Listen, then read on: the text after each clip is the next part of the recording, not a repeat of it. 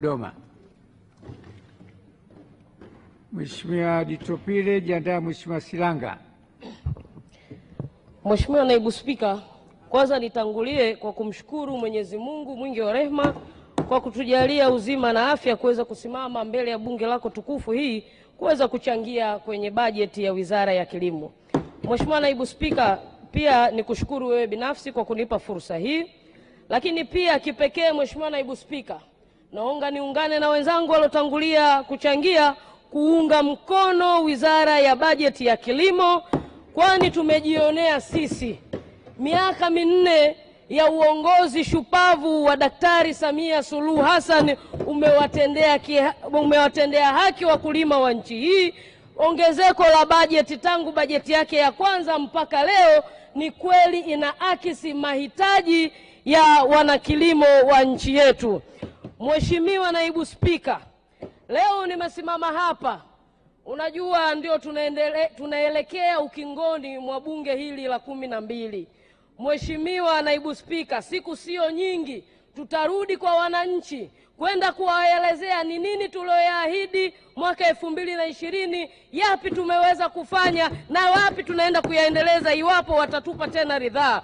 Kwa hiyo bunge hili sio sana la kushauri pamoja na kazi ya kupitisha bajeti, lakini tunatumia fursa hii kuelezea yale mema na makubwa yaliyofanywa na serikali yetu ya awamu ya 6, lakini kwa ushauri, usimamizi na uelekezaji wa bunge lako tukufu. Mheshimiwa Naibu Spika, ninao ujumbe kutoka wakulima wa nchi hii.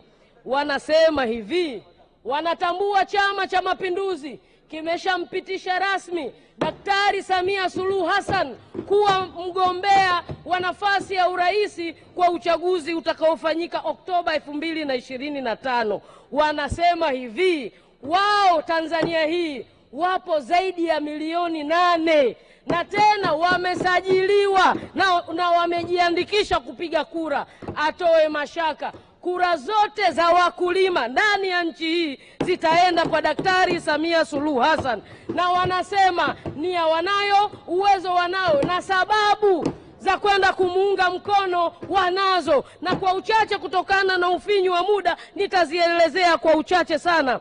Mheshimiwa Naibu Spika, pamoja utashi wake wa kisiasa kama kiongozi wa nchi yetu, lakini binafsi yeye mwenyewe Daktari Samia Suluhu Hassan ni mtu ambaye ameonyesha imani kubwa kwenye kilimo kwa sababu anayo mapenzi ya dhati kwenye sekta yake ya kilimo. Kwanza yeye mwenyewe ni mkulima kwa vitendo, anayo mashamba hapa Dodoma, anayo mashamba kule Morogoro. Lakini pia tunasema hivi, tumegundua kumbe mume wa rais wetu kipenzi, mzee wetu Amer Hafidhi, kwa utaalamu wake ni mtaalamu wa mambo ya kilimo, na ukiachilia mbali yeye mwenyewe ni kilimo. Kwa hiyo sisi wakulima wa nchi hii pamoja kumtambua Mheshimiwa Daktari Samia Suluhu Hassan kama rais wetu kipenzi, lakini sisi tunamtambua kama shemeji yetu, wifi yetu na mkwe wetu. Kwa hiyo ni sababu kubwa ya sisi kumuunga mkono itakapofika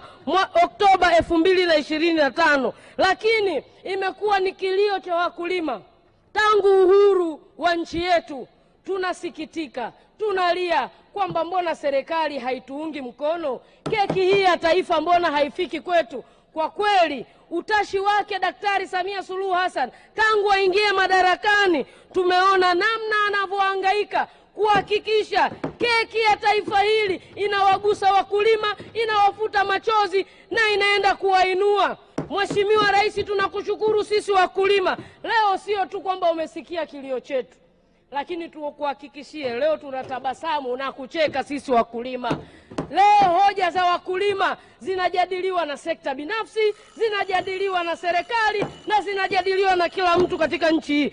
Ongezeko la bajeti na limekuwa kubwa, na hiyo ndio sababu kubwa ya sisi kumuunga mkono. Lakini tukienda kupiga kura, tunaenda kupiga kura kwa ajili ya ruzuku kwenye maeneo mbalimbali na mazao mbalimbali ndani ya nchi yetu. Leo kuna ruzuku kwenye korosho zaidi ya bilioni 200. Leo kuna ruzuku kwenye pamba, ambao mkulima wa pamba kwenye msimu huu wa kilimo ameenda kulimiwa kwa ruzuku hekari moja 35,000.